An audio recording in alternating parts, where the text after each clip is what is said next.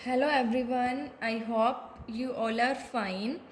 जैसे कि आपको पता है कि मंडे से आपके यूनिट टेस्ट जो है वो स्टार्ट हो रहे हैं और उनकी सारी इन्फॉर्मेशन जो है, आपकी डेट शीट, आपको कैसे ऑनलाइन अपना एग्ज़ाम देना है, वो सारी इन्फॉर्मेशन आपकी कैंपस प्रो ऐप पर अवेलेबल है। कैंपस प्रो ऐप के ऊपर आपकी डेट शीट भी दी हुई है और उसके अंदर एक डेमो वीडियो भी डली हुई है, जिसके अंदर आप जाकर ये देख सकते हैं कि पेपर जो है वो कैसे आपको अटैम्प्ट करना है।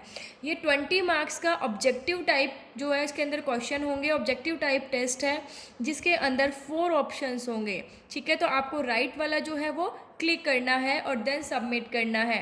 आप 9 से 5 PM में कभी भी अपना जो टेस्ट है वो दे सकते हो।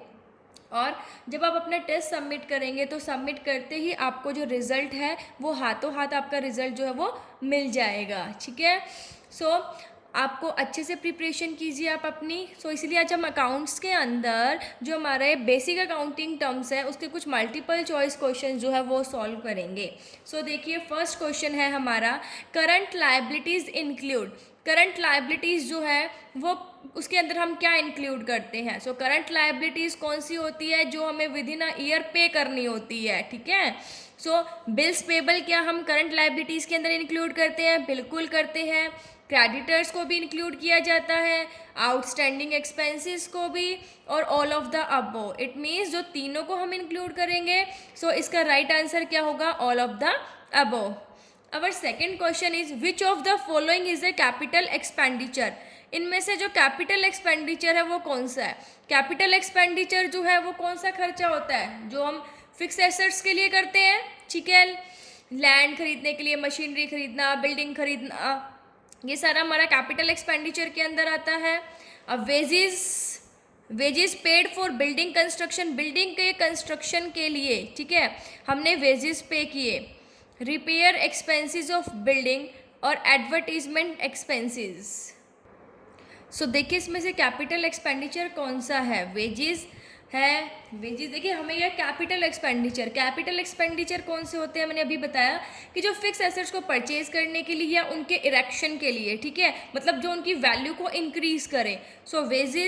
Wages page for building construction में बिल्डिंग कंस्ट्रक्शन करने के लिए वेजेस पे किए। रिपेयर एक्सपेंस बिल्डिंग के नहीं है तो रिपेयर एडवर्टीजमेंट एक्सपेंसेस, तो बिल्डिंग के कंस्ट्रक्शन के लिए, ठीक है, हम इसको एसेट्स में इंक्लूड करते हैं कैपिटल एक्सपेंडिचर को, क्योंकि कैपिटल एक्सपेंडिचर क्या हो गए? जो फिक्स एसेट्स के लिए खर्चा किया जाता है, उनको परचेज करने में, उनके इरेक्शन के लिए, जो उनकी वैल्यू को इंक्रीज करते हैं और लंबे समय तक, ठीक है, एक फर्म को, एक कंपनी को बेनिफिट देते हैं। तो कैपिटल एक्सपेंडिचर को जो बिल्डिंग कंस्ट्रक्शन के लिए वेजेस पे किए गए हैं वो हमारा क्या है? Capital expenditure. A person who owes money to the firm is called. एक पर्सन जो कि फर्म को मनी देता है उसे क्या कहते हैं? Debtor, creditor, supplier, none of these. देखिए, क्रेडिटर कौन होता है? जिससे हम उधार लेते हैं। तो एक पर्सन जो मनी दे रहा है, अगर मैं हूं, मैं फर्म को मनी दे रही हूं, तो मैं क्या कहलाऊंगी?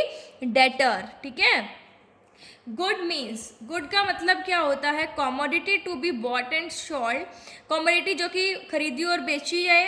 Commodity to be bought but not to be sold, मतलब खरीदी जाए पर बेची ना जाए।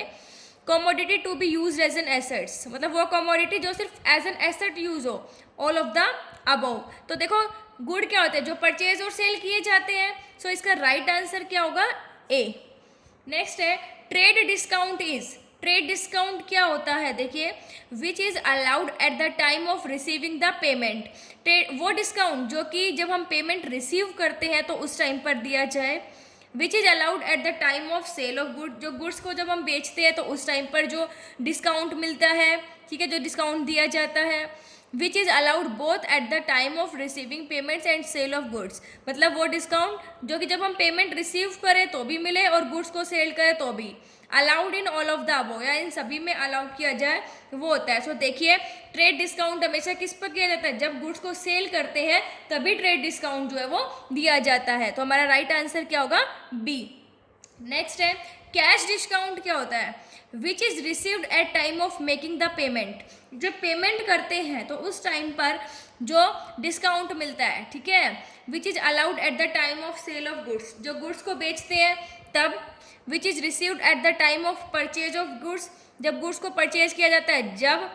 विच is received both at the time of making payment and purchase of goods. वो डिस्काउंट जो कि पेमेंट करते हैं जब भी और गुड्स को परचेज करते हैं जब भी। सो ट्रेड डिस्काउंट तो गुड्स को जब सेल करते हैं जब भी दिया जाता है, ठीक है। जैसे आप कोई गुड्स परचेज करने गए तो बड़े ट्रेड डिस्काउंट इतना, ठीक है। लेकिन जो कैश डिस्काउंट है जब आप पेमेंट करते हो, मान लीजिए आपको कहते हो कि भाई लो भाई मैं ना इकट्ठी पेमेंट कर देता हूँ तो मुझे कुछ डिस्काउंट मिल जाए, ठीक है। तो उस टाइम पर जो डिस्काउंट मिलता है जब हम पेमेंट करते हैं तो उसे क्या कहते हैं, कैश डिस्काउंट, ठीक है। सो हमारा राइट आंसर क्या होगा, ए। नेक्स्ट है current assets do not include. Current assets के अंदर क्या इंक्लूड नहीं किया जाता, debtors, motor car, bank balance, prepaid expenses. तो करंट एसेट्स के अंदर हम क्या इंक्लूड नहीं करते हैं, मोटर कार, क्योंकि मोटर कार हमारी क्या है, फिक्स एसेट्स है, वो करंट एसेट्स नहीं है। So B is our right answer. Tangible assets कौन से होते हैं, टेंजिबल एसेट्स, ठीक है, जिनको हम टच कर सकते हैं, देख सकते हैं, गुडविल, फर्नीचर, स्टॉक, कैश। देखिए गुडविल को आप नहीं टच कर सकते, फर्नीचर को कर सकते हो, स्टॉक को कर सकते हो, कैश को कर सकते हो। तो टेंजिबल एसेट्स में क्या इंक्लूड नहीं किया जाता, गुडविल को हम टेंजिबल एसेट्स के अंदर इंक्लूड नहीं करते हैं। Our next question is which of the following will be treated as drawings. Drawings इनमें से कौन सी होगी, withdrawing money for payment of salary to employees, मतलब अपने बिजनेस से मनी निकालना, किसके लिए, एम्प्लॉयज को सैलरी देने के लिए, या क्रेडिटर्स को पेमेंट करने के लिए, या फिर अपने खुद के प्राइवेट एक्सपेंसेस के लिए, या फिर एसेट्स को परचेज करने के लिए। सो आपको पता है ड्राइंग क्या होती है, जो अब बिजनेस के अंदर पैसा निकाला जाता है खुद के यूज के लिए, पर्सनल यूज के लिए। सो इसका राइट आंसर क्या होगा, C. Our next question is main feature of business transaction is. Business transaction का मेन फीचर क्या होता है, ये एक इकोनॉमिक एक्टिविटी होती है, इससे फर्म की फाइनेंशियल पोजीशन जो है वो चेंज होती है, चेंज जो चेंज होगा वो मनी की टर्म्स में एक्सप्रेस होता है, ऑल ऑफ द अबव। तो बिजनेस ट्रांजेक्शन की ये सभी चीज़ें होती है, वो इकोनॉमिक एक्टिविटी भी होती है, मनी की टर्म्स में एक्सप्रेस भी की जाती है, और फर्म की फाइनेंशियल पोजीशन में भी इससे चेंज आता है। सो राइट आंसर क्या होगा, all of the above. Our next question is current liabilities do not include। current liabilities के अंदर क्या इंक्लूड नहीं किया जाता। सो देखिए bills payable, creditors, outstanding expenses, मैंने अभी बताया करंट लाइबिलिटीज क्या है, जो विद इन अ ईयर पे करनी होती है। सो डिबेंचर्स हमारे लॉन्ग टर्म लोन्स के अंदर इंक्लूड किए जाते हैं, भाई लॉन्ग टर्म के लिए जो पैसा लेते हैं उसके तब कंपनी डिबेंचर इशू करती है।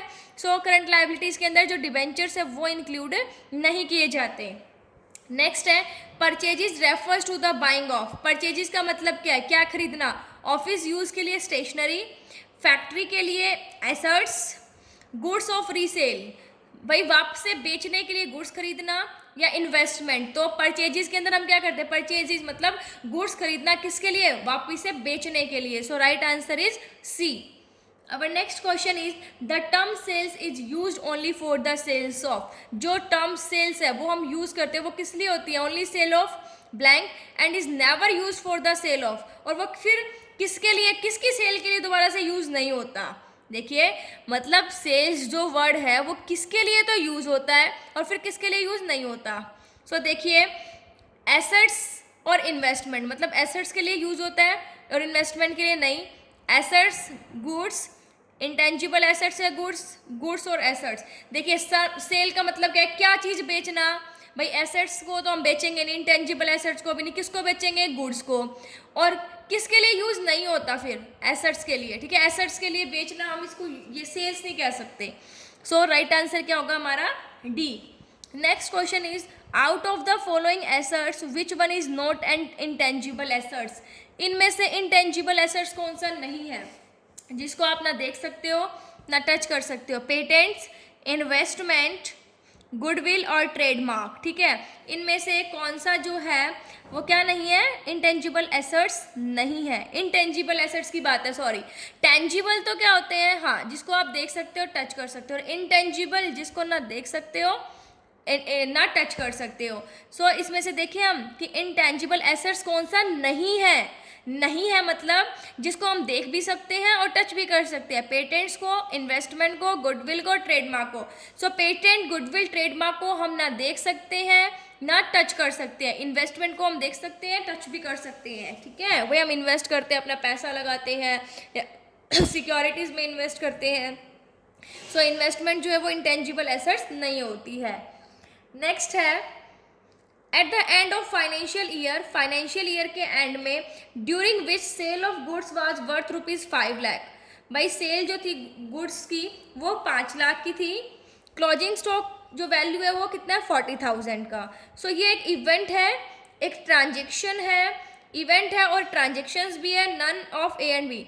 देखिए जो गुड्स है वो कितने के बेचे गए 5 लाख के, ठीक है, और क्लोजिंग स्टॉक उसे जो है वैल्यूड कितना क्या 40,000। इट मीन्स इवेंट भी हो गया और एक ट्रांजेक्शन भी हो गई। सो 15 का क्या आएगा सी, ठीक है, क्योंकि जो इवेंट है वो किसका रिजल्ट होता है, ट्रांजेक्शन्स का रिजल्ट होता है। नेक्स्ट है विच of the following is the capital expenditure. इनमें से कैपिटल एक्सपेंडिचर कौन सा है, बिल्डिंग के रिपेयर के लिए वेजेस पे करना, वाइट वॉशिंग के लिए करना, कंस्ट्रक्शन के लिए करना और बिल्डिंग की क्लीनिंग के लिए करना। सो किसके लिए, बिल्डिंग के कंस्ट्रक्शन के लिए, क्योंकि बिल्डिंग कंस्ट्रक्ट होएगी, ठीक है, तो उसकी वैल्यू जो है फिक्स एसेट्स की वो इंक्रीज होगी, ठीक है, बिल्डिंग को कंस्ट्रक्ट करेंगे तो काम आएगी, ठीक है, मतलब कंस्ट्रक्ट करेंगे तो उसकी वैल्यू जो है वो इंक्रीज होगी, ठीक है। सो राइट आंसर क्या होगा हमारा, कैपिटल एक्सपेंडिचर कौन सा है, wages paid for construction of building, जो बिल्डिंग को हम क्या करेंगे कंस्ट्रक्ट करना, क्योंकि हमने कहा था कैपिटल एक्सपेंडिचर कौन से होते हैं, फिक्स एसेट्स के लिए जो खर्चे किए जाते हैं, फिक्स एसेट्स को परचेज करने के लिए, ठीक है, जैसे लैंड खरीदते हैं, मशीनरी खरीदते हैं, बिल्डिंग बनाते हैं, उनके लिए जो खर्चे किए जाते हैं, ठीक है, वो सारे कैपिटल एक्सपेंडिचर के अंदर इंक्लूड किए जाते हैं। इनमें से हमें फॉलोइंग आइटम को कंसीडर करना है, प्रीपेड सैलरी, एक्रूड इंटरेस्ट है, लोन है शॉर्ट टर्म और बैंक ओवरड्राफ्ट है। सो करंट लाइबिलिटी के अंदर क्या क्या आएगा, देखिए prepaid salary, accrued interest, loan और बैंक ओवरड्राफ्ट, या फिर prepaid salary accrued interest, loan, bank overdraft, या फिर bank overdraft, loan, prepaid salary, या फिर लोन और बैंक ओवरड्राफ्ट। तो करंट लाइबिलिटीज़ के अंदर देखिए हम कौन सा आइटम जो है हमारा कंसीडर होगा, ठीक है। सो देखिए यहाँ पर हमें क्या होगा, भाई prepaid salary, accrued interest, receivable, ये तो नहीं होगा, ये तो करंट लाइबिलिटी नहीं है। करंट लाइबिलिटीज हमारी कौन सी है, शॉर्ट टर्म लोन और बैंक ओवरड्राफ्ट। सो राइट आंसर क्या होगा डी। सो ये आज हमने हमारे जो बेसिक अकाउंटिंग टर्म्स हैं उसके कुछ मल्टीपल चॉइस क्वेश्चन सॉल्व किए। आई होप आपको समझ आ गए होंगे। अब आपको अच्छे से अपने यूनिट टेस्ट की प्रिपरेशन करनी है और अच्छे से अच्छे मार्क्स लेकर आने हैं, ठीक है। All the best for your unit test. Thank you, stay safe, stay home.